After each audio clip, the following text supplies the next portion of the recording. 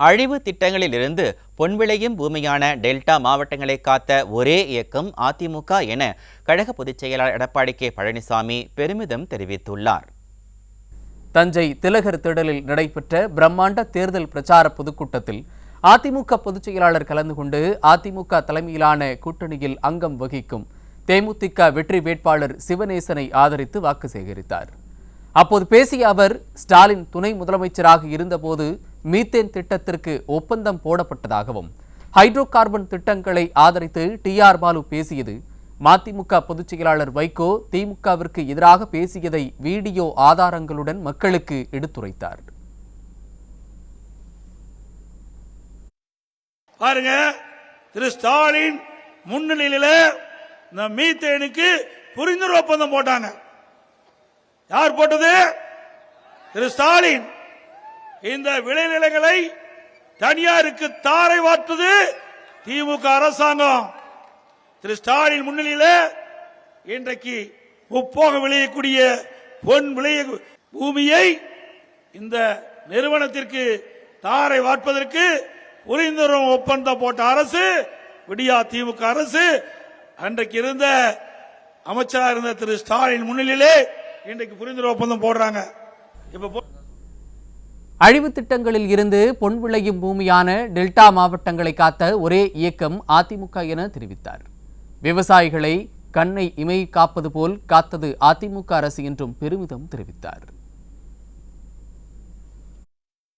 விவசாய பூமிகளை காக்க வேண்டும். டெல்டா மாவட்ட விவசாயிகள் வாழ்வாதாரம் பாதிக்கப்படுகிறது. இப்படி எண்ணெய் நிறுவனங்கள் இந்த பூமியை எடுத்து விடுமோ என்ற அச்சத்தில் இருக்கிறார்கள். அதற்கு ஒரு பாதுகாப்பு வேண்டும் என்ற இடத்திலே கோரிக்கை வைத்தவுடன் நான் மத்திய அரசோடு தொடர்பு கொண்டு இன்றைக்கு அனைத்து இந்திய அண்ணா திராவிட முன்னேற்ற கழக அரசு டெல்டா மாவட்டங்களை பாதுகாக்கப்பட்ட வேளாண் மண்டலமாக சட்டம் கொண்டு வந்து இயற்றப்பட்டு நிறைவேற்றினேன். சட்ட பாதுகாப்பு கொடுத்தது அதிமுக அரசு, அதிமுக கட்சி. இன்றைக்கு எந்த சூழலிலும் பாதுகாக்கப்பட்ட வேளாண் மண்டலங்களிலே இப்படிப்பட்ட தனியார் நிறுவனங்கள் அத்துமீறி விவசாயியுடைய நிலங்களை பறிக்க முடியாத சூழ்நிலையை உருவாக்கி தந்த அரசாங்கம் அதிமுக அரசாங்கம், அதிமுக கட்சி. இந்தியா கூட்டணியில் இடம்பெற டெல்லி முதலமைச்சர் அரவிந்த் கெஜ்ரிவால் நிபந்தனை விதித்ததை போல காவிரி நீரை பெற ஸ்டாலின் நிபந்தனை விதிக்காதது ஏன் என அதிமுக பொதுச் செயலாளர் கேள்வி எழுப்பினார். ஸ்டாலினுக்கு விவசாயிகள் மீதும் தமிழ்நாட்டின் மீதும் அக்கறை இல்லை என்றும் காவிரியிலிருந்து தண்ணீர் பெற முடியாத கையாலாகாத அரசாக திமுக அரசு உள்ளது என்றும் கடுமையாக சாடினார்.